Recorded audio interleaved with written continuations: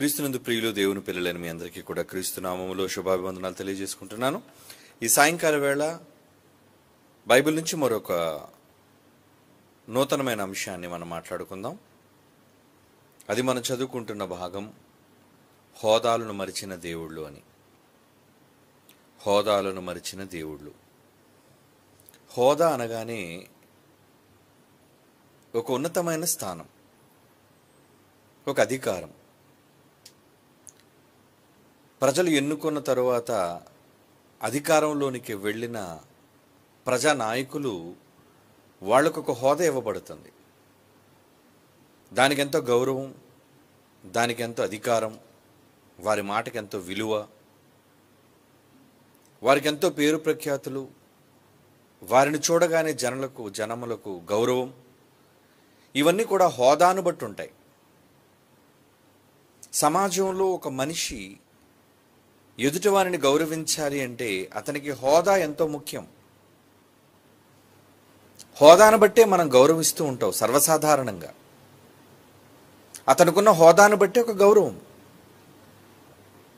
ముఖ్యమంత్రిగా అధికారంలో ఉన్నప్పుడే ఒక వ్యక్తికి విలువ. అతడు గెలవలేదనుకోండి, సామాన్యుడిగానే ఉంటాడు. ఎందుకు? అతనికి హోదా ఇవ్వబడలేదు కనుక. అతనికి ప్రజలు గుర్తింపు ఇవ్వలేదు గనుక. ఒక కలెక్టర్, అతడు ఆ కుర్చీలో లేదా సర్వీస్లో ఉన్నంత వరకే అతనికి ఆ హోదా ఉంటుంది. అతను రిటైర్ అయిపోయాడు అనుకోండి, ఒక ఐపీఎస్ కానీ ఐఏఎస్ అధికారి ఎవరైనా సరే, వాళ్ళకి హోదా లేదు కాబట్టి వాళ్ళకంత ప్రత్యేకమైన గుర్తింపు, గౌరవం ఉంటే ఉండొచ్చేమో కానీ వాళ్ళ మాటకు అంత గుర్తింపు ఉండదు. అది సర్వసాధారణంగా మనకు తెలిసినది. అంటే హోదా అనగానే పవర్, అధికారం, గుర్తింపు, ఇవి ప్రజల మధ్య మనుష్యులకు దక్కే హోదాలు. మరి దేవుడు వాళ్ళకి హోదా లేదా? ఎందుకు లేదు? భూమి మీద ఉన్న కుటుంబాలకి పరలోకమందు కుటుంబం ఉంది. వాళ్ళెవరు? తండ్రి, కుమారుడు, పరిశుద్ధాత్ముడు. వీళ్ళు ముగ్గురు దైవాలు.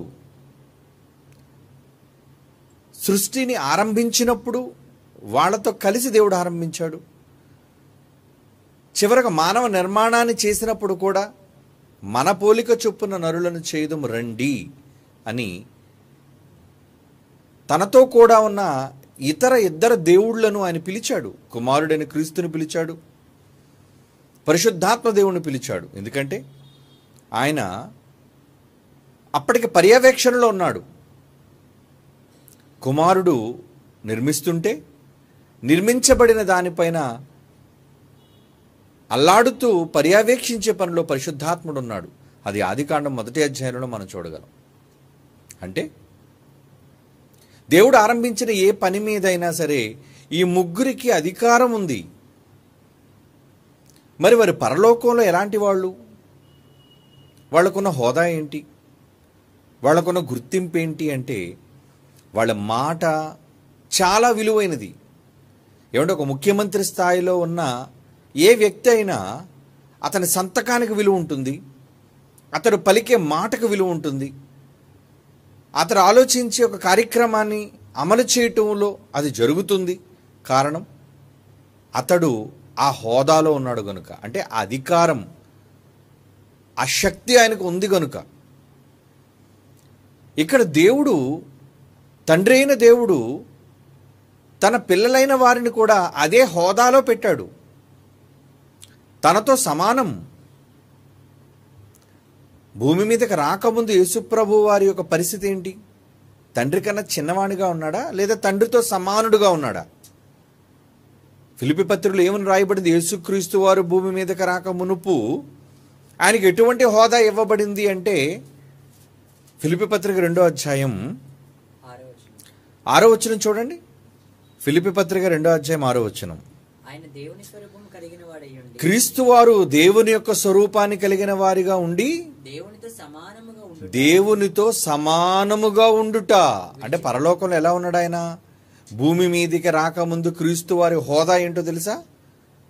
దేవునితో సమానంగా ఉండే హోదా.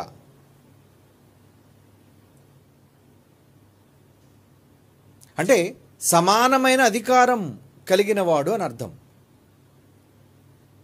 అలా ముగ్గురు దేవుళ్ళు, ఆ ముగ్గురు దైవాలకి హోదాలున్నాయి. చాలా అధికారం కలిగిన వాళ్ళు. ఎలాంటి కార్యక్రమాలు వాళ్ళు కలిగిన వారుగా ఉన్నారు అంటే, పౌలు గారు ఒక సందర్భంలో మాట్లాడుతూ ఆయన ఏమన్నారంటే, కొరింథీయులకు రాసిన మొదటి పత్రిక 12వ అధ్యాయం 4, 5, 6 వచనాలు చూడండి. కొరింథీయులకు రాసిన మొదటి పత్రిక 12వ అధ్యాయం 4, 5, 6 వచనాలు. ఇక్కడ ముగ్గురు దేవుళ్ళ యొక్క హోదాను చెప్తున్నాడు చూడండి, వాళ్ళ బాధ్యతలు చెప్తున్నాడు చూడండి. కృపావరములు నానా విధములుగా ఉన్నవి. కృపావరములు, కానీ వాటికి బాధ్యుడు, వాటిని జరిగించేది ఆత్మ ఒక్కడే అనందు చూడండి. ఆత్మ ఒక్కడే చేస్తాడు అది. పరిచర్యలు, మినిస్ట్రీస్ చాలా ఉన్నాయి. పరిచర్యలు నానా విధములుగా ఉన్నవి, కానీ ప్రభు ఒక్కడే జరిగించగలడు. ప్రభు అంటే యేసుక్రీస్తు వారు. ఇక నానా విధములైన కార్యములు, పనులు చేయాలి, జరిగింప చేయాలి. అంటే ఈ నానా విధములైన కార్యములు జరిగించేది ఎవరట? అందరిలోనూ అన్నిటినీ జరిగించు దేవుడు ఒక్కడే. చూసారా, ముగ్గురు దేవుళ్ళు, వారి యొక్క బాధ్యతలు, వారి యొక్క హోదాలు. అంటే వాళ్ళు పనులను పంచుకున్నారు. ఎలా ఇప్పుడు ప్రభుత్వం అధికారంలోనికి రాగానే, ఇదిగోండి ఈ పలానా ఈ మినిస్ట్రీ గనుల తాలూకా మంత్రినా, జలవనరుల తాలూకా మంత్రినా, ఆర్థిక మంత్రినా, హోంశాఖ మంత్రినా. అంటే హోంశాఖ అనగానే టోటల్ పోలీస్ డిపార్ట్మెంట్ అంతా వాళ్ళ కింద ఉంటుంది. All police officials. ఏమండి? అంటే వాళ్ళ హోదా అది, వాళ్ళ హోదా. అలా ఈ టోటల్ విశ్వంలో, ఈ 3 లోకాలలో ముగ్గురికి వారి వారి హోదాలు కలిగిన వారుగా ఉన్నారు. అంటే దేవుడు ఒక తండ్రిగా తన 2 పిల్లలకి హోదాలను ఏర్పాటు చేశాడు. నాయన, ఇదిగో ఇది నీ బాధ్యత, ఇది నీ హోదా, ఇది నీ అధికారం. ఇదిగో నాయన, ఇది నీ అధికారం, ఇది నీ హోదా, ఇది నీ పవర్. దేవుడు చెప్పాడు, వాళ్ళతో చెప్పాడు. అంటే అధికారం ఉన్నవాళ్ళ లేనివారా? పిలాతు పట్టుకున్నప్పుడు యేసుప్రభు ఏమన్నాడు? నేనిప్పుడు తలుచుకుంటే తండ్రిని ఒక మాట అడిగితే సేనలు దిగుతాయి అన్నాడు. అంటే ఆయనకి అధికారం ఉన్నట్ట లేనట్ట? ఉంది. చాలా వాటి మీద అధికారాన్ని పొందినవాడు యేసుక్రీస్తు వారు. బికాజ్ ఆయనకు దేవుడు. అంటే ముగ్గురు దేవుళ్ళకి వారి వారి హోదాలు, అధికారాలు ఉన్నాయి. అయితే ఏం చేశారట వాళ్ళు? వాళ్ళ హోదాలను మరిచిన దేవుళ్ళు అన్నాను నేను. అంటే వాళ్ళ అధికారాలను మర్చిపోవడం అంటే ఏంటి? జ్ఞాపకం లేకపోవడం కాదు. అక్కడ వారికున్న అధికారాలను కాదనుకున్న వాళ్ళు, వాళ్ళకున్న హోదాలను వద్దనుకున్న వాళ్ళు.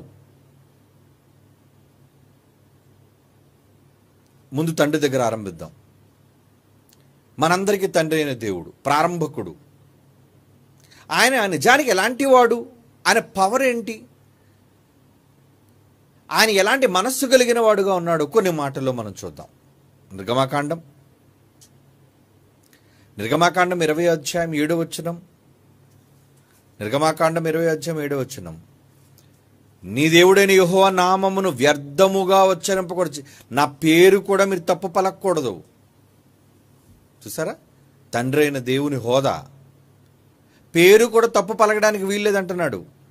యెహోవా తన నామమును వ్యర్థముగా నుచ్చరింపువానికి నిర్దోషిగా ఎంచడు, శిక్ష విధిస్తాడట.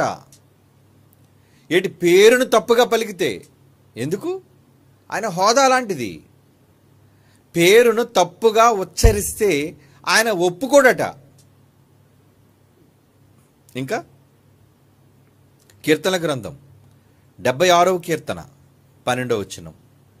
కీర్తనల గ్రంథం 76వ కీర్తన 12వ వచనంలో ఏమన్నాడు చూడండి. అధికారుల పొగరును ఆయన అణిచివేయువాడు, భూరాజులకు ఆయన భీకరుడు అన్నాడు చూడండి.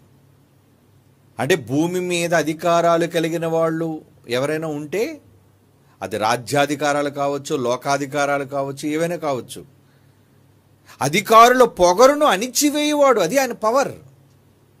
సుప్రీం అంటారు ఆయన్ని. అంటే మనుష్యులందరి మీద ఆయన అధిపతి.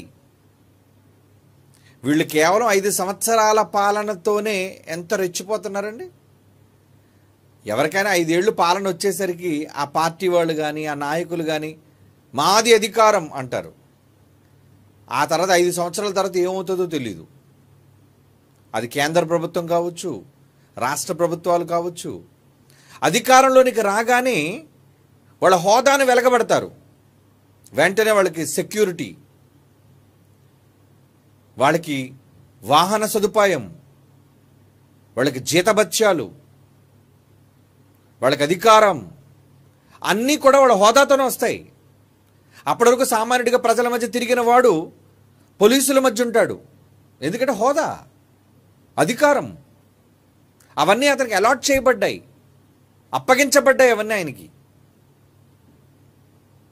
కనుక 5 ఏళ్ళ అధికారంలో ఉన్న వాళ్ళే ఎలా అనుకుంటే, మనం ఎవరి అధికారం కింద ఉన్నాం? 5 సంవత్సరాల పాలన, ఏమండి, 10 సంవత్సరాల పాలన, 50 ఏళ్ళ పాలన, 100 సంవత్సరాల పాలన, ఎప్పటికీ పాలన ఆయనదే. పైన ప్రభుత్వాలు మారటం అంటే ఏం లేవు. 3 లోకాల ప్రభుత్వాలు ఎప్పుడైనా మారిపోతాయా? ఎప్పుడైనా దేవుడిని గద్దె దించేసి ఇంకెవరైనా వెళ్ళిపోతారా? No chance. ఒక్కసారి ప్రయత్నం చేసేది అపవాది, యుద్ధం. కానీ ఆయన కూడా కలుగు చేసుకోలేదు. కమాండర్ని పిలిచాడు, వెళ్ళి చూడు దాని సంగతి. టోటల్గా పరలోకం నుంచే నెట్టివేయబడింది అది. అదే ఆయన పవర్, అదే ఆయన హోదా. డైరెక్ట్గా ఆయన రింగ్లోకి రావాల్సిన పని లేదు, డైరెక్ట్గా ఆయన ఇన్వాల్వ్ అవ్వాల్సిన పని లేదు. కేవలం తన క్రింద ఉన్న ఒక సేవకుడిని పిలిచి, దూతను పిలిచి, వాడిని వెళ్ళగొట్టాయి, వాడి సైన్యాలను వెళ్ళగొట్టాయి అని చెప్పాడు. కనుక ఎప్పటికీ అధికారం దేవుడిది. 3 లోకాల అధికారం దేవుడిది మారదు. భూమి మీద ఉన్న ప్రభుత్వాలు మారిపోతున్నాయి. అమెరికా దేశంలోని ప్రభుత్వం ప్రతి 4 సంవత్సరాలు ఒకసారి మారిపోతుంటుంది. ఇప్పుడు బైడెన్ అధికారిగా ఉన్నాడు, రేపు ఎవరైనా రావచ్చు. బైడెనే తిరిగి రావచ్చు, లేదంటే ట్రంప్ అయిన అధికారంలోకి రావచ్చు. 2 పార్టీలు, డెమోక్రాట్ పార్టీలు, రిపబ్లికన్ పార్టీ. పార్టీలు మారిపోతుంటే, అధికారాలు మారిపోతుంటాయి, కానీ దేవుని అధికారం మారనిది. మారని అధికారం క్రింద ఉన్నాం మనం, మర్చిపోకండి. కనుక భూమి మీద ఉన్న అధికారులకు ఎప్పుడు భయపడకండి, గౌరవించండి. భయపడదంటే నా ఉద్దేశం వీళ్ళు ఏదో చేస్తారు, డోంట్ కేర్. ఎందుకంటే వీళ్ళందరి మీద ఎవరున్నారు? ఒక సుప్రీం అథారిటీ ఉన్నాడు, ఆయనకి భయపడతాం మనం. షడ్రక్ మెషక్ అబేద్నెగో ఒకరోజు ఆయనకే భయపడ్డారు.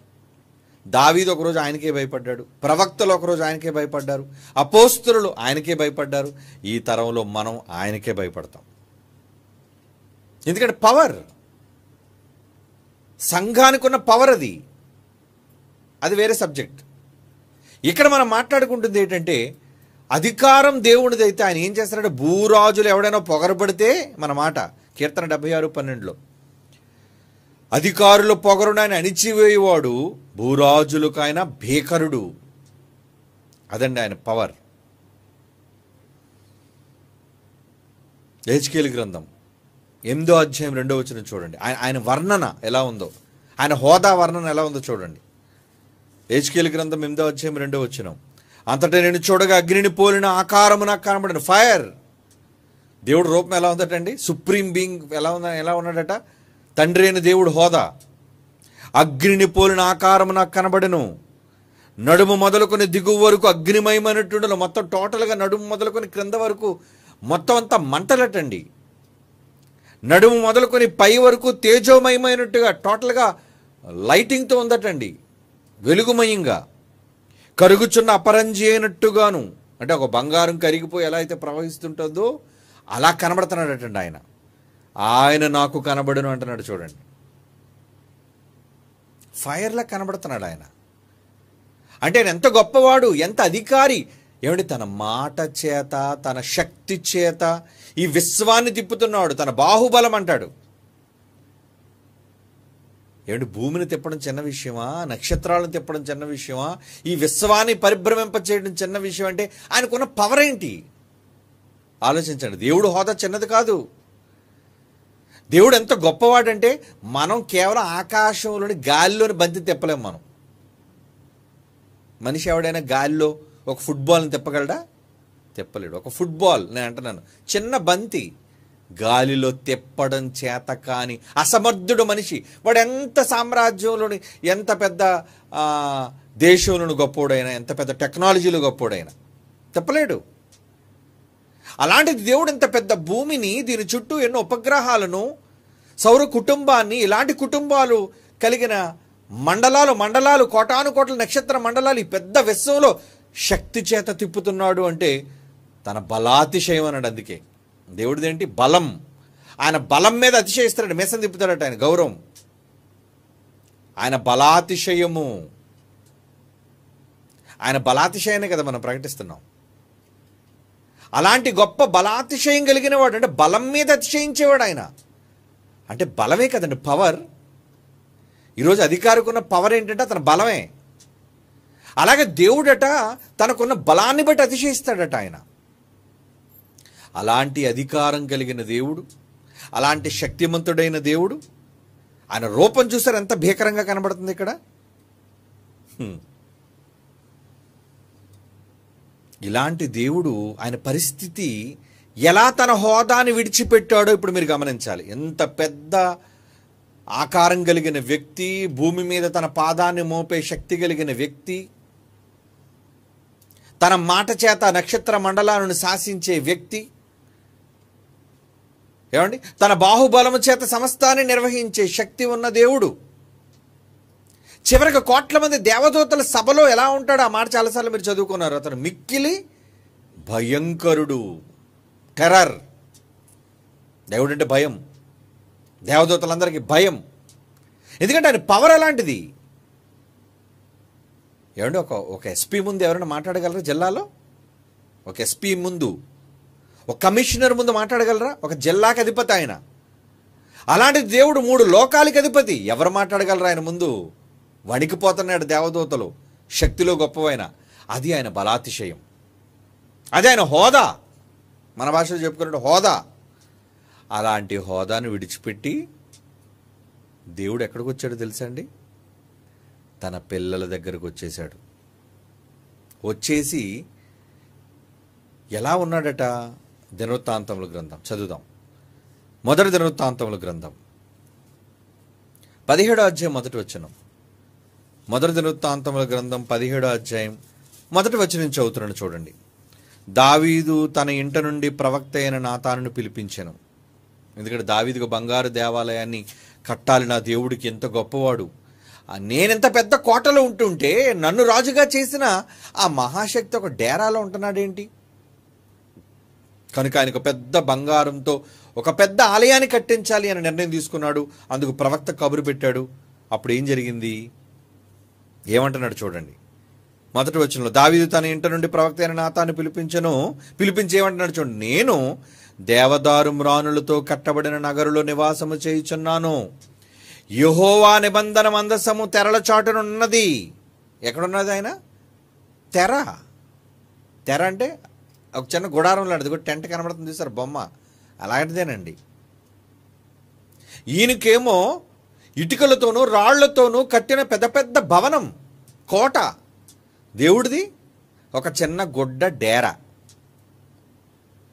వస్త్రంతో బట్టతో చేసిన డేరా.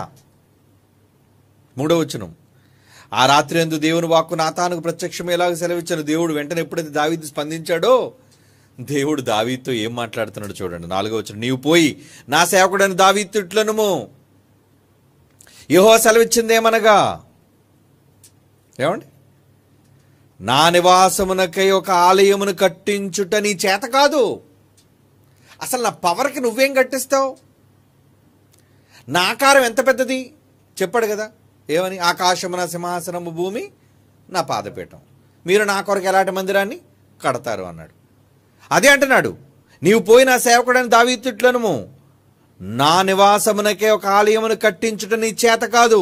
5వ వచనం, ఇశ్రాయేలీయులను రప్పించిన నాట నుంచి విడిపించాడు కదండి, ఐగుప్తీయుల బానిసర్కపు వ్యవస్థ నుంచి వాళ్ళని స్వతంత్రులుగా చేసి తన ప్రజలను రప్పించిన నాట నుండి నేటి వరకు ఒక ఇంటిలో నివాసము చేయక, ఇల్లు లేదు నాకు. దేవుడికి ఏం లేదట, నో హౌస్. మీరు ఎవరైనా ఇంటిలో లేనోళ్ళు ఉన్నారా? అందరూ ఇళ్లల్లో ఉన్నవాళ్ళం అండి.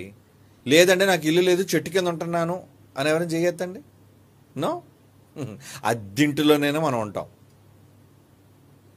కానీ దేవుడికి ఏం లేదట, ఏం లేదంటున్నాడంటే, ఒక ఇంటిలో నివాసము చెయ్యక నాకొక గుడారములోను, ఒకానొక గుడారములోను, గుడారం అంటున్నాడు చూడండి, టెంట్ లాంటిది, ఒకానొక గుడారములోను, ఒకానొక డేరాలోను. డేరా అంటే అదే అటువంటి పరదా లాంటిది, షామియానని మనం వేసుకుంటుంటామే పండగలకి, ఏమండి, శుభకార్యాలకి. అలాంటి క్లాత్, బట్టతో తయారు చేయబడిన గుడారము, డేరాలో నివాసము చేసి తిని. ఏమవసరం ఆయనకి నివాసం చేయడానికి? ఏమండి, లోకాల నేలే దేవుడు సింహాసనం మీద ఆసీనుడై 3 లోకాలను కలుగజేసి 3 లోకాలను తన హోదాతో ఏలుతున్న దేవుడు ఎక్కడుంటున్నాడండి? ఎక్కడుంటున్నాడు? ఒక డేరాలో. ఎందుకు డేరాలోకి వచ్చేసాడు? ఎవరున్నారని? నా పిల్లలు. ఎందుకంటే అపోస్తలుల కార్యాలు 17వ అధ్యాయం మనం చదువుకున్నాం, 26, 27 వచనాల్లో, ఆయన తన పిల్లలలో ఎవరికి దూరముగా మనకు అన్నాడు. ఆయన మనలో ఎవరికి దూరముగా ఉండువాడు కాడు. కనుక నేను పరలోకంలో ఉండాలి అన్న నా కోరిక కన్నా నా పిల్లలు, నేను కన్నా నా పిల్లలతో ఉండాలి అన్నదే నా కోరిక.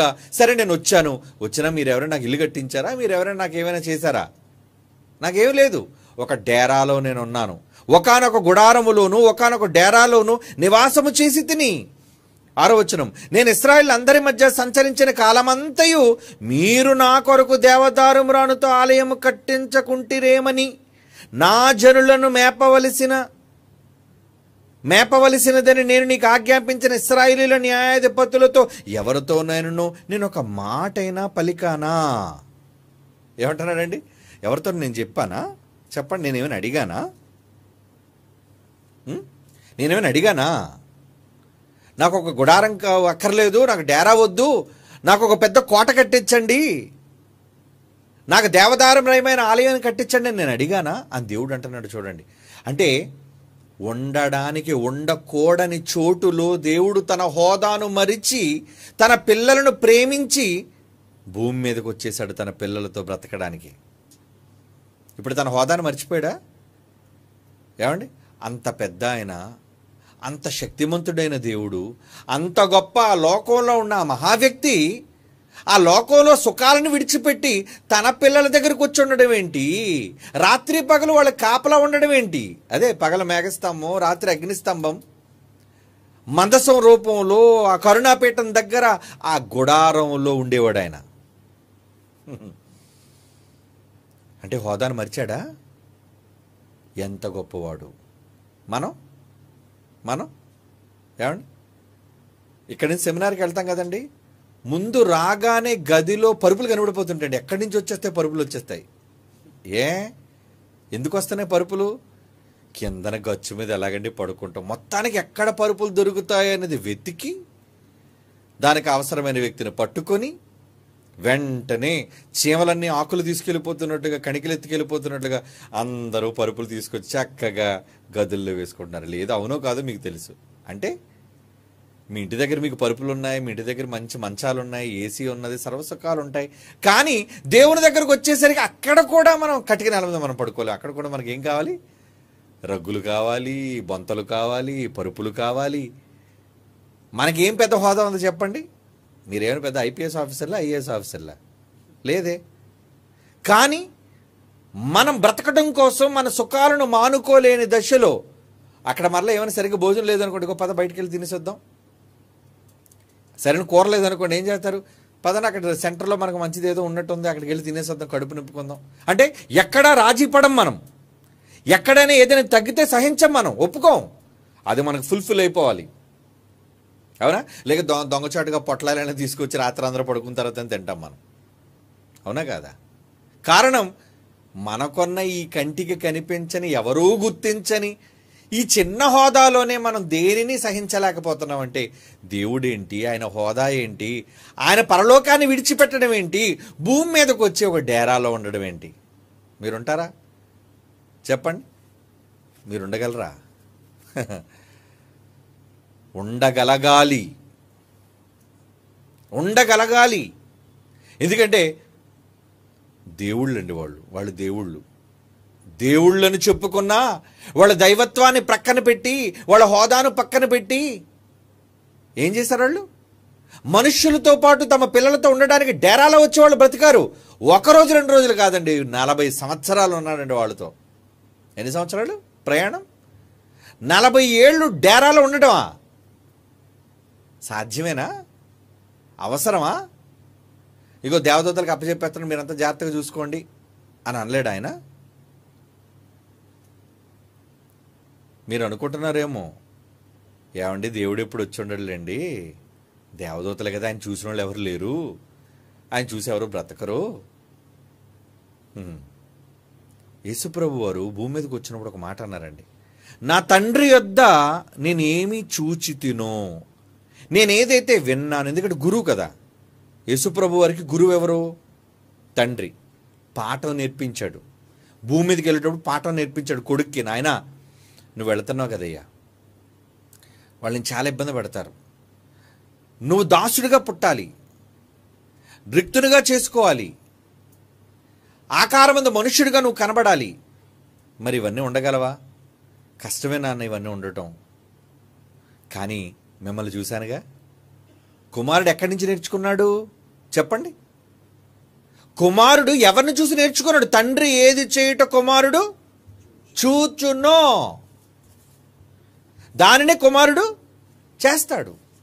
ఇప్పుడు తండ్రి పాఠాలు నేర్పించాడే యేసుప్రభుకి. ఇంతకీ యేసుప్రభుకి తగ్గింపు, తన హోదాను విడిచిపెట్టి భూమి మీదకి వచ్చేసాడు. ఎలా వచ్చేసాడు ఒకసారి చదువుదాం. ఫిలిప్పీ పత్రిక 2వ అధ్యాయానికి వెళ్ళిపోదాం. ఏమండి? ఫిలిప్పీ పత్రిక 2వ అధ్యాయం 6, 7, 8, 9 చదువుదామా? ఫిలిప్పీ పత్రిక 2వ అధ్యాయం 6వ వచనం నుంచి, ఆయన దేవుని స్వరూపము కలిగిన వాడై ఉండి దేవునితో సమానముగా ఉండేటి విడిచిపెట్టకూడని భాగ్యమని ఎంచుకోనలేదు, కానీ మనుష్యులు పోలికగా పుట్టి, ఏంటి తండ్రి ఏమో తన హోదాను విడిచిపెట్టి ఇశ్రాయేలు దగ్గరకు వచ్చి తన తగ్గింపు స్వభావాన్ని చూపిస్తే, కొడుకు చూడండి, కొడుకు ఏమండి, దేవునితో సమానముగా ఉండేట విడిచిపెట్టకూడని భాగ్యమని ఎంచుకొనలేదు, కానీ మనుషుల పోలికగా పుట్టి దాసుని రూపం, అందులో కూడా మహారాజు పుట్టుక కాదు, దాసుని రూపము ధరించుకొని తన్ను తానే రిక్తునిగా చేసుకొనెను. మరియు ఆయన ఆకారమందు మనుష్యుడిగా కనబడి మరణము పొందినంతగానగా, శిలువ మరణం పొందినంతగా తను తాను విధేయత చూపిన వాడై తను తాను తగ్గించుకొనెను. 9వ వచనం ఏముంది చదవండి. అందుచేత పరలోకములో గాని, భూమి మీద ఉన్న వారిలో గాని, భూమి క్రింద ఉన్న వారిలో గాని, అందుకండి ఆయనకి ఆ హోదా తర్వాత వచ్చింది. ఏమంటే ఇప్పుడు తండ్రి దగ్గర నేను నేర్చుకున్నాను అనే మాట చూడండి ఎక్కడుందో.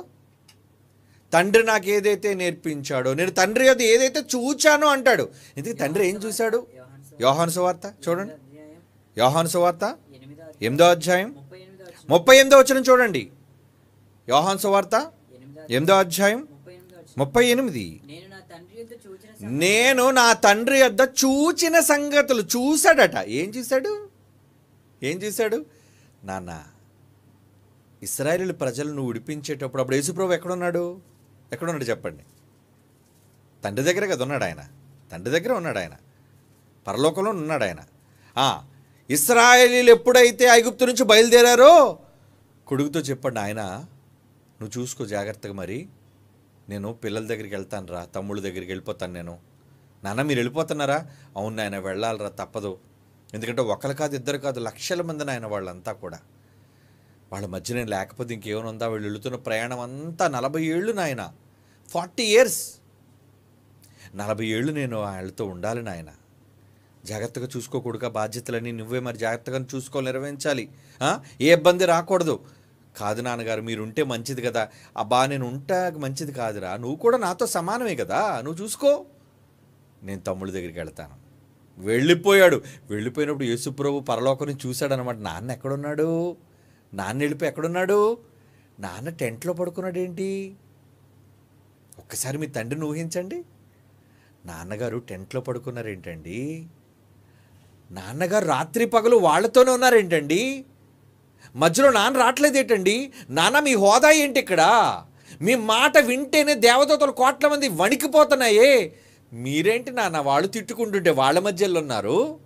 ఎందుకు వచ్చిన తర్వాత వీళ్ళు మంచోళ్ళ? ఎవరిని తిట్టుకున్నారు? దేవుణ్ణి దూషించి దేవుణ్ణి తిట్టుకొని మమ్మల్ని అరణ్యంలో చంపడానికి అని ఇక్కడ తెచ్చావు, మమ్మల్ని తీసుకొచ్చిన దేవుడు ఏమైపోయాడు, అర్జెంటుగా మాకు దూడం చేయి అని దేవుణ్ణే మార్చేశారే వాళ్ళు ఇశ్రాయేలీలు. మరి అప్పుడు వాళ్ళ మధ్యనే ఉన్నాడు. కోపం వచ్చింది ఆయనకి, ఎందుకు రాలేదు? వాళ్ళ మధ్య ఇన్ని త్యాగాలు చేసి పరలోకాన్ని విడిచిపెట్టి ఏమండి ప్రజలతో పాటు ఉన్న ఒక దైవం, ఈ యాంగిల్ ఎవరు మీకు చెప్పుండ్రు? దేవుడు ఇంతగా తగ్గించుకొని వచ్చాడని సంగతి చెప్పుండ్రు ఎవరును. బైబిల్ అంటే ఏమనుకున్నారు? నేర్చుకోవాలి మరి, అది పరిశీలిస్తేనే తెలుస్తుంది. అది మనకు ఎంతసేపు యేసుప్రభు తగ్గించుకున్నాడు, యేసుప్రభు తగ్గించుకున్నాడు, యేసుప్రభు తగ్గించుకున్నాడు ఇదే తెలుసు. కానీ యేసుప్రభు తగ్గింపుని ఎక్కడ నేర్చుకున్నాడు? తండ్రి దగ్గర నేర్చుకున్నాడు. నేను చూసినది చదవండి మరలా మాట, యోహాను సువార్త 8వ అధ్యాయం 38. యేసుప్రభు మాట అబద్ధం కాదు. నేను నా తండ్రి యొద్ద చూచిన సంగతులు నేను బోధిస్తున్నాను. నేను ఈరోజు కింద కూర్చొని ఒకటి పాదాలు నేను కడుగుతున్నాను అంటే మా నాన్న ఎన్ని తిట్లు కాసినా, ఎంతమంది ఎన్ని రకాలుగా నా తండ్రిని దూషిస్తున్నా వాళ్ళ మధ్య పడుకున్నాడు. వెళ్ళి వాళ్ళతోనే డేరాతో ఉన్నాడు. అరణ్యంలో 40 ఏళ్ళు వాళ్ళతోనే ఉన్నాడు. ఎంత మంచి నాన్న, ఎంత గొప్ప తండ్రిని నేను చూడలేదండి. వెరీ గుడ్ ఫాదర్, చాలా ప్రేమ కలిగిన తండ్రి. అందుకే భూమి మీద ఎవరికి తండ్రి అనే పేరు పెట్టద్దు అన్నాడు. అసలు యేసుప్రభు చెప్పిన మాట ఇది. ఏమంటే యేసుప్రభు గొప్పడా, తండ్రి గొప్పడా? మనకి ఎంతసేపు యేసుప్రభు గొప్పడు కదండి. ఎందుకంటే ఆయన వచ్చి ప్రాణం పెట్టడం ఇదే మనకు గుర్తుంది. అవునా? ఆయన వచ్చి ప్రాణం పెట్టింది మహా అయితే 6 గంటల్లో ప్రాణం పెట్టాడు, లేదా బతికిన జీవిత కాలంలో 33 సంవత్సరాలు ఆయన కోసం బతికాడు. కానీ దేవుడు ఇశ్రాయేలీయులతో ఎన్ని సంవత్సరాల కింద ఉన్నాడు ఆయన? 40 ఇయర్స్, 40 ఏళ్ళు అరణ్యంలో, డే అండ్ నైట్, రాత్రి పగలు వాళ్లతోనే ఉన్నాడు. ఇశ్రాయేలు సైన్యముకు ముందు నడిచిన ధ్వజం ఎవరు? తండ్రి అయిన దేవుడు. అది చూశారండి యేసుప్రభు. నా తండ్రి నాకు పాఠాలు నేర్పించాడు. ఎలా అంటే, ఒరే నాన్న, మనకి ఎంత హోదా ఉన్నా మన కుటుంబం మనకు ముఖ్యంరా. మన కుటుంబం, ఫ్యామిలీ. చాలామంది కుటుంబాలంటే పట్టింపు ఉండదండి. భార్య అంటే పట్టింపు ఉండదు, పిల్లలంటే పట్టించుకోరు, రక్త సంబంధులు అంటే పట్టించుకోరు. మరలా వాళ్ళ నుంచి అవసరమైతే సహాయాలు పొందుతారు, సహాయం తీరిపోయిన తర్వాత పట్టించుకోరండి. కొంతమంది అయితే అసలు కుటుంబానికి వాల్యూ ఇవ్వరండి. ఒక వెంట్రుకి తీసి పడేసినట్టు తీసేస్తారా, వాళ్ళు ఎందుకులేండి, వాళ్ళు ఎందుకు కలిసి వచ్చారు. కుటుంబాన్ని ఎప్పుడు కూడా తక్కువ అంచనా వేయకండి, కుటుంబాన్ని ఎప్పుడు నిర్లక్ష్యం చేయకండి. సంఘం కూడా కుటుంబమే, ఫ్యామిలీ. మీ కష్టంలోనూ, మీ ఇబ్బందుల్లోనూ, మీ అవసరతలోనూ మిమ్మల్ని ఆదుకోవడానికి పరిగెత్తుకొని వచ్చేది మీ కుటుంబం. మరి దేవుడు కుటుంబం కదా. మనం అంతా ఎవరి కుటుంబం? దేవుడు కుటుంబం. మరి మనం ఇబ్బందుల్లో ఉంటే దేవుడు మన దగ్గరికి రాడా? ఏమిటి బైబిల్ ఇన్ని మాటలు చదువుకుంటున్నామే, ఆయన మనలో ఎవరికి దూరముగా ఉండువాడు కాడు. మన దగ్గరికి వస్తాడు, మనతో ఉంటాడు. దేవుడు ఆకాశ మహాకాశాలు పట్టలేని దేవుడు ఒక చిన్న 6 అడుగుల ఆకారంలో ఒక ఆత్మగా పట్టగలుగుతున్నప్పుడు దేవుడు మన దగ్గరకు వచ్చి నివసించలేడా? ఆలోచించండి. దేవుడు వచ్చి మనతో ఉండలేడా? బ్రతకలేడా? బ్రతకగలడు. నీ కనిపించకపోవచ్చు, ఆయన మనస్సు నీ చుట్టూనే ఉంది, ఆయన ఆలోచనలు నీ చుట్టూనే ఉన్నాయి, ఆయన నీ చుట్టూనే తిరుగుతున్నాడు. రాత్రిపూట నీ మంచం దగ్గరికి వస్తున్నాడు, నిన్ను చూస్తున్నాడు.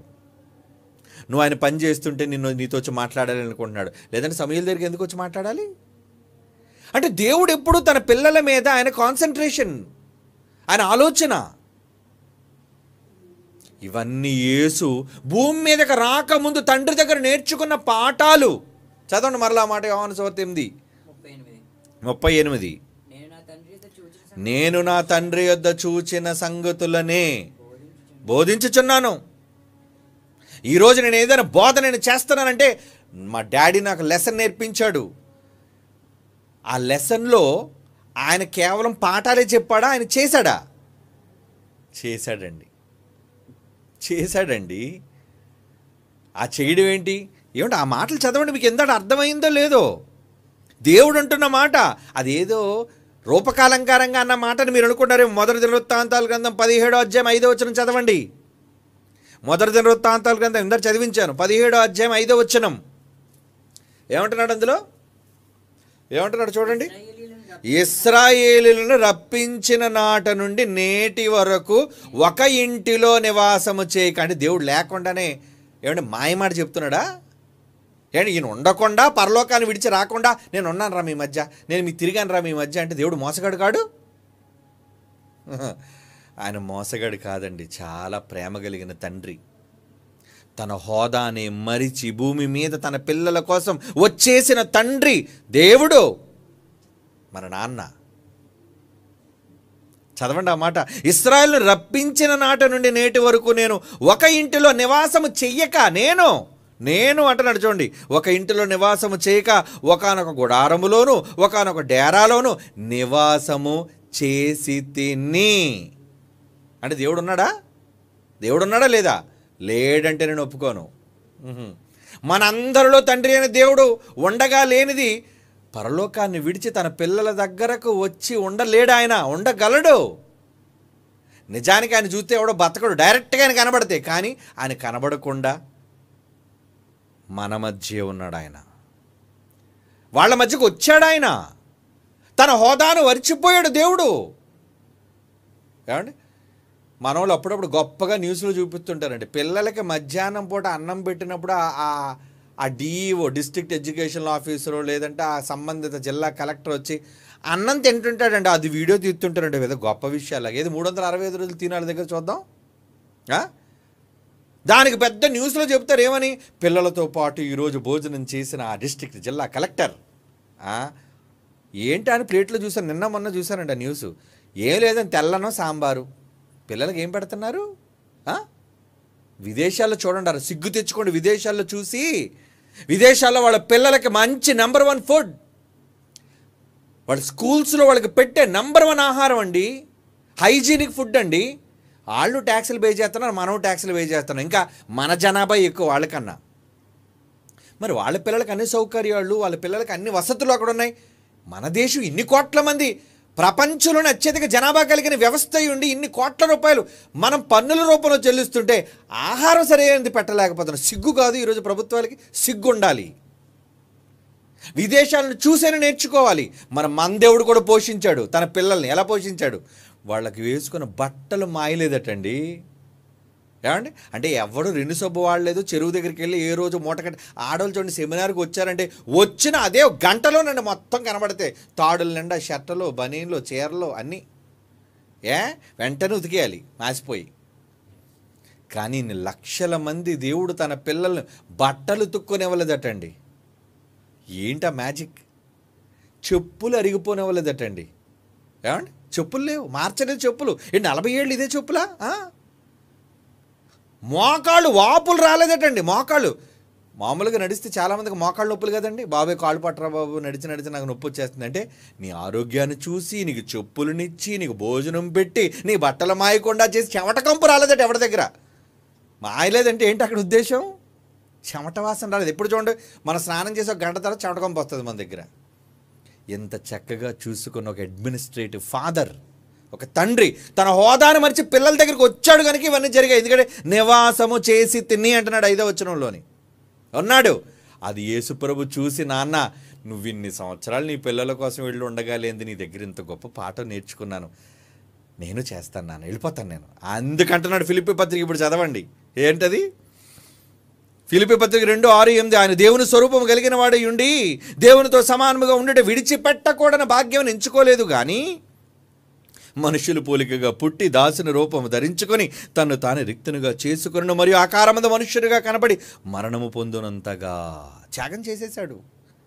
మా నాన్నే ఎంత త్యాగం చేయగలేంది, మా నాన్నే ఇన్ని మాటలు ఓర్చుకోగలేంది, నేనెందుకు ఓర్చుకుంటాను. ఏమంటే తండ్రి ఈరోజు లోకంలో ఎంతోమంది తిట్టుకోవట్లేదు దేవుడిని. నాస్తికులు ఎంతమంది తిడుతున్నారు, మీ యెహోవా గొప్పోళ్లే. ఏమండి ఎంతమంది ఈరోజు సోషల్ మీడియాలో దేవుడిని బూతులు మాట్లాడుతున్నారు చెప్పండి. కానీ ఇవన్నీ భరిస్తున్నాడా లేదా? దేవుడి స్థానంలో మీరు నేనుంటూ ముందని చంపేస్తాం, అవునా కాదా? ఒరే నన్ను అనేటంతటి వాడు, ఎందుకంటే ఆయన చంపేస్తే ఎవడండి ఆయన అడిగేవాడు? కానీ ఎంత ఓర్పు దీర్ఘశాంతం అనడంతే అయింది. ఆయనే అంత ఓర్చుకుంటున్నాడు. యేసుప్రభు అన్నాడు, నాన్న సిలువ మరణాన్ని నేను ఓర్చుకోవడం నేను ఎంతసేపు అయ్యా, వాళ్ళు ఉమ్మేని తన్నని పిడుగుద్దులు కొద్దని ఏవైనా చేయని నీ ఓర్పుతో పోల్చుకుంటే నాదొక ఓర్చుకుంటాను నాన్న. తండ్రి దగ్గర నేర్చుకున్న పాఠం. అందుకు ఒక తండ్రి అయిన దేవుడు తన హోదాను మనిషి తండ్రిగా పిల్లల దగ్గరికి వచ్చి బ్రతకటం అని ఒక పాఠాన్ని నేర్పిస్తే అదే పాఠాన్ని కొడుకుగా యేసుప్రభు భూమి మీదకి వచ్చి చేసి చూపించాడు. మరి పరిశుద్ధాత్మ దేవుడి కోసం మీకు చెప్పనవసరం లేదు. ఆయన వచ్చేసాడా? యేసుప్రభు 33 సంవత్సరాలు ఉన్నాడు. పరిశుద్ధాత్ముడు ఎంతకాలం ఉన్నాడు? ఎల్లప్పుడూ మీ దగ్గర ఉండుటకు 2000 సంవత్సరాలైంది పరిశుద్ధాత్మ దేవుడు భూమి మీదకి వచ్చి. అవునా? నేను యేసుప్రభు వెళ్ళిపోయినాడు, పరిశుద్ధాత్మ దేవుని పంపుతాను అన్నాడు. వచ్చేసాడు ఆయన. పెంతెకొస్తే పండుగ దినాన అపోస్తలుల కార్యాలు 2వ అధ్యాయం వచ్చాడు. మొదటి 100 సంవత్సరాలని ఫస్ట్ సెంచరీలోనే. అప్పటి నుంచి పరలోకానికి వెళ్లకుండా భూమి మీద మనలోనికి వచ్చి ఏం చేస్తున్నాడు తెలుసా? దేవునికి విజ్ఞాపన, ప్రార్థన, కన్నీళ్ళు, రోదన. యేసుప్రభు కూడా అదే చేశాడు. ఏమండి యేసుప్రభు ఏం చేశాడు? హెబ్రీ పత్రిక 5వ అధ్యాయం అంటే చదువుదాం ఒకసారి. 5వ అధ్యాయం హెబ్రీ పత్రిక, హెబ్రీలకు రాసిన పత్రిక 5వ అధ్యాయం 7వ వచనం. శరీరధారి అయిన దినములలో యేసుప్రభు మహారోదనముతోనూ కన్నీళ్లతోనూ తను మరణము నుండి విడిపించగలవానికి ప్రార్థన యాచనలు సమర్పించి ఉన్నందున ఆయన అంగీకరించబడను. Yes you are my son. నీ హోదాను మర్చిపోయి తగ్గించుకున్నావయ్యా, అందుకే నువ్వు దేవుడివి. మరి పరిశుద్ధాత్మ దేవుడు. రోమపత్రిక 8వ అధ్యాయం. ఏమండి రోమపత్రిక 8వ అధ్యాయం ఏం చేశాడు ఆయన?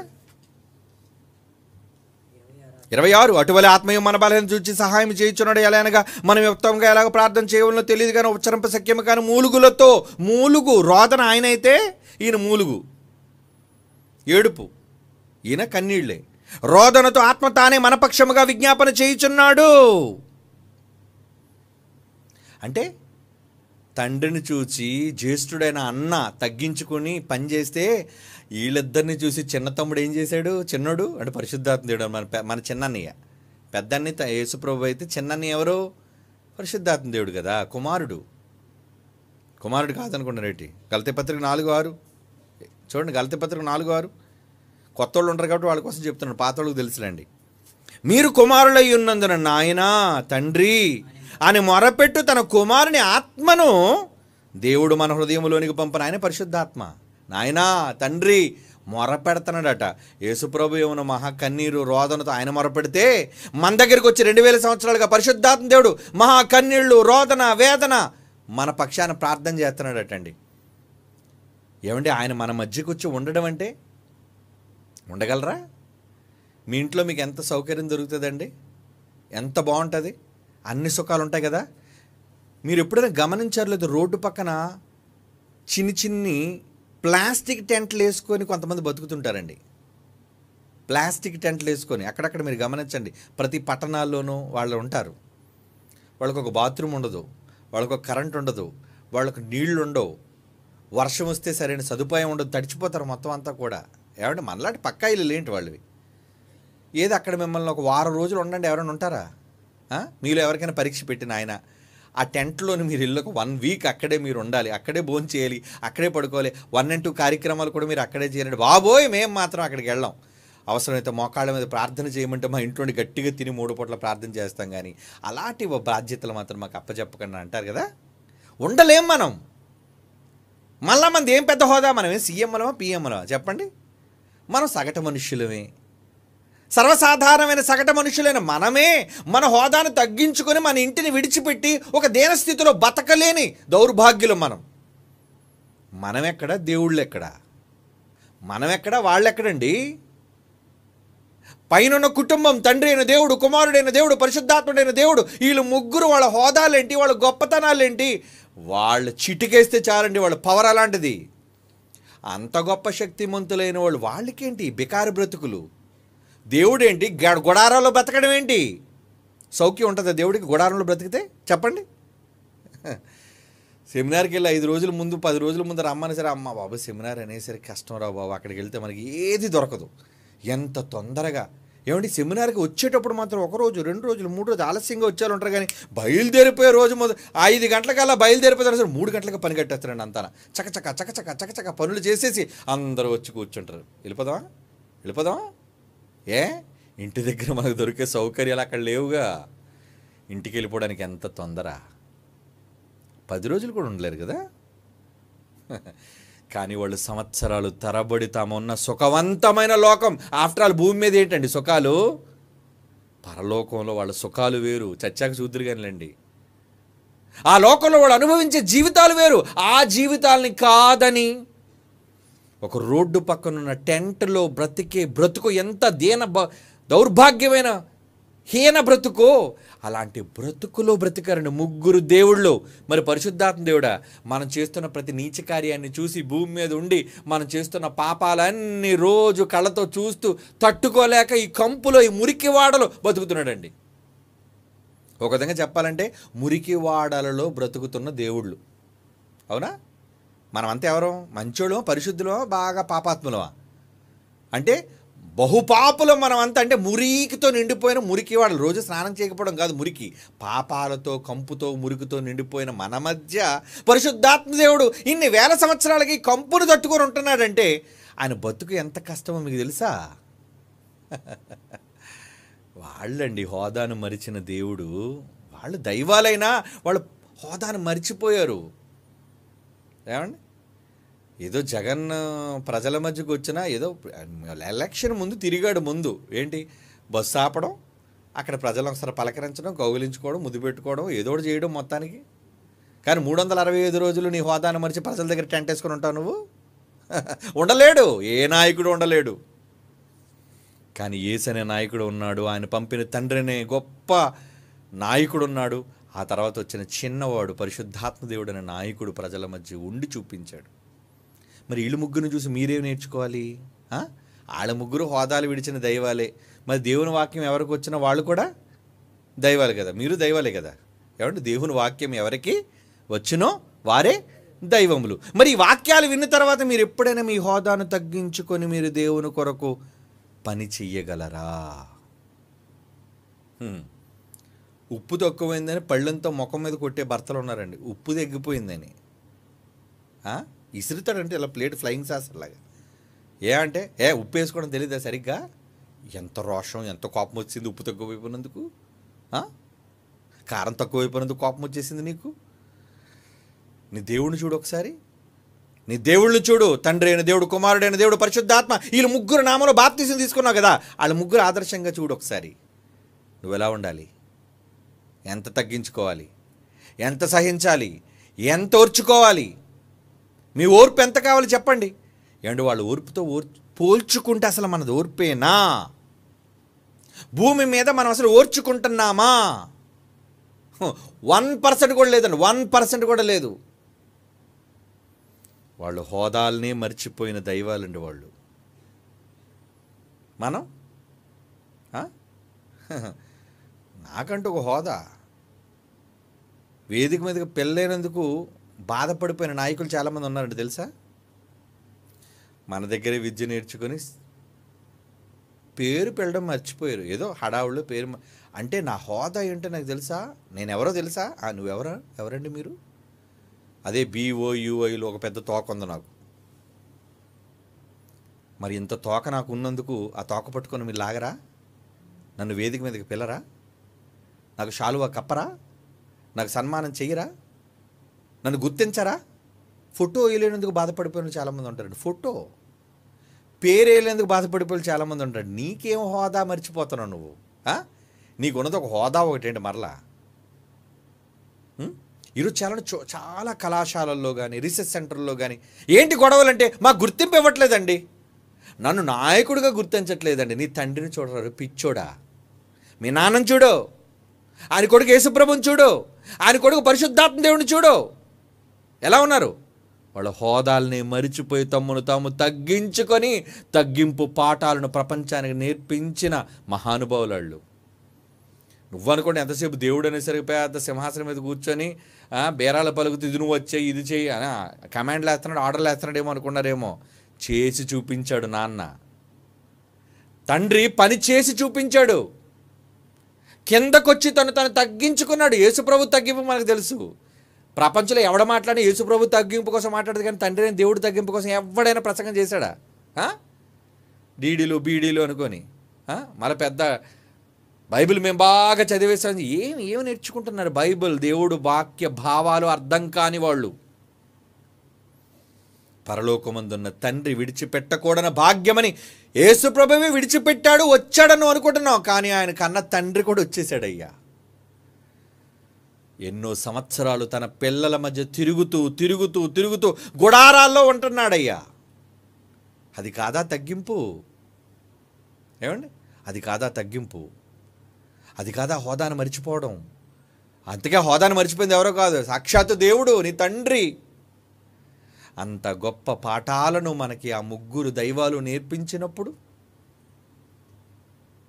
మన జీవితంలో ఏమి నేర్చుకుంటున్నాం, ప్రజలకు సమాజానికి ఏమి నేర్పిస్తున్నాం చెప్పండి. హోదాలొద్దు, గర్వాలొద్దు, నేను గొప్పవాడిని గొప్పదాన్ని అని అనుకోవద్దు. నీకున్న పోస్టు ఒక సంవత్సరం ఉంటుందేమో, లేదు నువ్వు చచ్చినంత వరకు ఉంటుందేమో, లేదు 2 సంవత్సరాలతో ఉంటుందేమో, లేదంటే ఈ లోపు నువ్వు మధ్యన పోవచ్చేమో. కానీ దేవుడు శాశ్వత కాలం ఉండే హోదా ఆయనది, శాశ్వత కాలం ఉండే గుర్తింపు ఆయనది. అంత గొప్ప గుర్తింపును విడిచిపెట్టి తన పిల్లల కోసం త్యాగం, ఒక తండ్రి చేసిన త్యాగం, కుమారుడు చేసిన త్యాగం, పరిశుద్ధాత్మ దేవుడు చేసిన త్యాగం. కానీ తండ్రి త్యాగాన్ని ఎవరూ మనకి చెప్పలేదండి. తండ్రి ఇప్పుడు సింహాసనం మీద కూర్చున్నాడని మనకు చెప్పిన వాళ్ళే ఉన్నారు, కానీ నాన్న మన కోసం వచ్చేసాడా? టెంట్లో ఉన్నాడా మా నాన్న? ఇంత గొప్ప తండ్రి, 3 లోకాలను కలుగజేసిన వ్యక్తి, 3 లోకాలను కలుగజేసిన వ్యక్తి. యేసుప్రభు పశువుల పాకలో పరుండు పెట్టాడనే మనం ఏదో గొప్ప తగ్గింపు అనుకుంటున్నాం మనం, అవునా? రాజులు నేనే రారాజండి, ఆయన ఆఖరికి పశువుల తొట్టులో పరుండు పెట్టారండి. మరి ఆయనకన్నా నాన్న, రాజుని కన్నా నాన్న ఎవరు? చక్రవర్తి ఉన్నాడు పైన, ఎవరు? యెహోవా ఆయన పేరు, ఆయన స్వరూపం భీకరం. అలాంటి వాడు చిన్న టెంట్లో ఒక సర్వసాధారణమైన వ్యక్తిగా, ఒక చిన్నివాడిగా తన హోదాను మరిచిపెట్టి, తన సుఖాలను పక్కన పెట్టి, కేవలం తన పిల్లలను ప్రేమిస్తూ తన పిల్లల కోసమే భూమి మీదకి వచ్చేసి వాళ్ళ కోసం చిన్న డేరాలో ఉండడానికి సిద్ధపడ్డాడే. ఏంటండి వాళ్ళ ప్రేమ? అది మన తండ్రి దగ్గర నుంచి మనం నేర్చుకోవలసిన పాఠం. అదే పాఠాన్ని యేసుప్రభు నేర్చుకున్నాడు గనుకనే చేశాడు. అదే పాఠాన్ని పరిశుద్ధాత్మ దేవుడు నేర్చుకున్నాడు గనుకనే చేశాడు. మరి నువ్వేం పాఠం నేర్చుకున్నావు? ఏమండి, మా నాన్న ఒక్క కారు మీద తిరిగితే నేను 10 కార్ల మీద తిరగాలనుకుంటాడు ఈరోజు, అవునా? వారసులు ఎలా ఉన్నారు? మా నాన్న ఒక దెబ్బ కొడితే నేను 10 దెబ్బలు కొట్టాలనుకున్నాడట. ఎవడా? యెరోబాములు అంటాడు. క్షమించండి, రెహబాము, సొలొమోను కొడుకు. అంటే తమ తండ్రులను చూసి ఏమి నేర్చుకున్నారు వీళ్ళు? మీరందుకే మీ భూ సంబంధమైన తండ్రులు చూసి ఏమి నేర్చుకోకండి. వాళ్ళ దగ్గర పెద్ద నేర్చుకోవడానికి ఏమి ఉండవు. ఎవరో భయభక్తులు కలిగిన వాళ్ళు, సేవకులు అయితే తప్ప వాళ్ళ దగ్గర నేర్చుకోవడానికి ఏమి ఉండవు. కనుక మంచి ఉంటే మీ తల్లిదండ్రుల దగ్గర నుంచి వినండి, చూడండి, నేర్చుకోండి. కానీ అంతకన్నా ఎక్కువగా మీ పరలోకపు తండ్రిని చూడండి. ఆయనలో కూడా తగ్గింపు ఉందా? ఎస్, ఆయనలో కూడా తగ్గింపు ఉంది. ఏమండి, ఎప్పుడైనా మోడీ చూడండి, మోడీ కాన్వే ఎలా ఉంటుంది? విదేశాలకు వెళ్తాడు ఆయన. ఏమండి, ఆయన వాడే కార్లన్నీ కూడా కోట్ల రూపాయలు ఖరీదైన కార్లు, కోట్ల రూపాయలు విలువైన బట్టలు. ఒకప్పుడు ఆయన పరిస్థితి ఏంటంటే టీ అమ్ముకునే వ్యక్తి, చాయ్ వాలా అంటారు ఆయన, అవునా? మరి ఇప్పుడు ఆయన హోదా ఎలా ఉంది? ఎప్పుడైనా మీ ఇంటి ముందు వచ్చి టెంట్ వేసుకుని పడుకుంటాడు ఆయన? ఒకవేళ నిజంగా పడుకుంటే మీరు ఎలా ఫీల్ అయిపోతారండి? అయ్యో బాబు, ప్రధానమంత్రి గారు ఏంటండి ఇంత తగ్గింపు, ఏడవు ప్రజల మధ్య నడిచి వచ్చినందుకే పొంగిపోతున్నారు. అబ్బా, పాదయాత్ర చేసేస్తున్నారు. పాదయాత్ర ఎందుకు? ఆ పాదయాత్ర ఓట్ల యాత్ర. అది అధికారం కోసం చేపట్టిన యాత్రలు అవన్నీ. వాళ్ళు ఎవరు నిజంగా అంత తగ్గించుకొని టెంట్ వేసుకొని ఉండరు. ఏది ప్రధానమంత్రి గారిని టెంట్ వేసుకొని రమ్మని చెప్పండి. ఇక్కడ స్టీల్ ప్లాంట్ కోసం చాలామంది టెంట్ వేసుకొని, స్టీల్ ప్లాంట్ని ఎప్పుడు కూడా మీరు దయచేసి ప్రైవేటీకరణ చేయకండారా, అది ఉంచండారా, కొన్ని లక్షల మంది ఉద్యోగులు దాని మీద కుటుంబాలు ఆధారపడి ఉన్నాయంటే దాన్ని ఈ మధ్యన ఏదో ప్రైవేటీకరణ చేసేయడానికి సిద్ధపడిపోయారండి. ఎవరో మోడీ ప్రభుత్వం వాళ్ళే. అప్పుడు పాపం టెంట్లు వేసుకొని అక్కడ చాలామంది నిరసనలు వ్యక్తం చేస్తున్నారండి. పాపం అక్కడే పడుకుంటారు టెంట్లో ఉద్యోగులు, కొంతమంది కార్యకర్తలు. మరి నిజంగా వాళ్ళ యొక్క ఇబ్బంది తీరినంత వరకు ప్రధానమంత్రి గారిని అవతల పక్క ఒక టెంట్ వేసుకుని ఉండమని చూద్దాం. ఉంటాడా? వస్తాడా? రాడు. ఎందుకు? నేను ఎవరు అనుకుంటున్నా? Who am I'm the PM of India. ఇండియాకి ప్రధానమంత్రిని, కోట్ల మందికి అధికారిగా ఉన్న నేను, నా బట్టలేంటి, నా కార్లు ఏంటి, నా సెక్యూరిటీ ఏంటి, నేను టెంట్లో ఉండడం విడిచి ఇది చాలా తక్కువ నీచమైనది అంటారు వీళ్ళు. ఏదో అమెరికా ప్రెసిడెంట్ ట్రంప్ను, బైడెన్ రమ్మని చెప్పండి చూద్దాం. ఉంటాడేమో అలాగా? రాడు, ఉండడు. ఏ దేశ ప్రధాని, ఏ దేశ అధికారి రాడు. కానీ భూలోకాన్ని కాదు, 3 లోకాలని వెళ్ళిన మన తండ్రి వచ్చాడండి. ఆయనకంటే గొప్పవాడు ఎవడున్నాడండి? ఆయనను చూసి నేర్చుకున్న ఆయన కొడుకు యేసుప్రభు కంటే గొప్పవాడు ఎవడున్నాడండి? ఆయన కన్నా వాళ్ళిద్దరిని చూసి నేర్చుకున్న చిట్టి తమ్ముడు పరిశుద్ధాత్మ దేవుడు, ఆయనకంటే గొప్పవాడు ఎవడున్నాడు చెప్పండి? హోదాని మర్చిపోయారండి ఆ దేవుళ్ళు. దేవుడు అంటేనే పెద్ద బిరుదు. అలాంటి దైవాలే తమ హోదాలను మరిచి భూమి మీదకి వచ్చి తమ తగ్గింపు స్థితిని తమ పిల్లల కోసం చూపించినప్పుడు, ఆయన పిల్లలుగా వాళ్ళ దగ్గర మీరు నేర్చుకోవాల్సింది ఏంటో తెలుసా? ఎప్పుడు కాలర్లు ఎగరేయకండి. మేము అంత గొప్ప. జ్ఞానంలో అతిశయించండి, తప్పు లేదు. దేవుని ఎందుకు అతిశయించండి, తప్పు లేదు. మీ వ్యక్తిని బట్టి అతిశయించకండి, నేను ఇందులో గొప్ప అని. అది మనకు తగదు దేవుని పిల్లలారా. అది మన తండ్రుల దగ్గర మన తండ్రి దగ్గర మనం నేర్చుకోవలసిన పాఠం.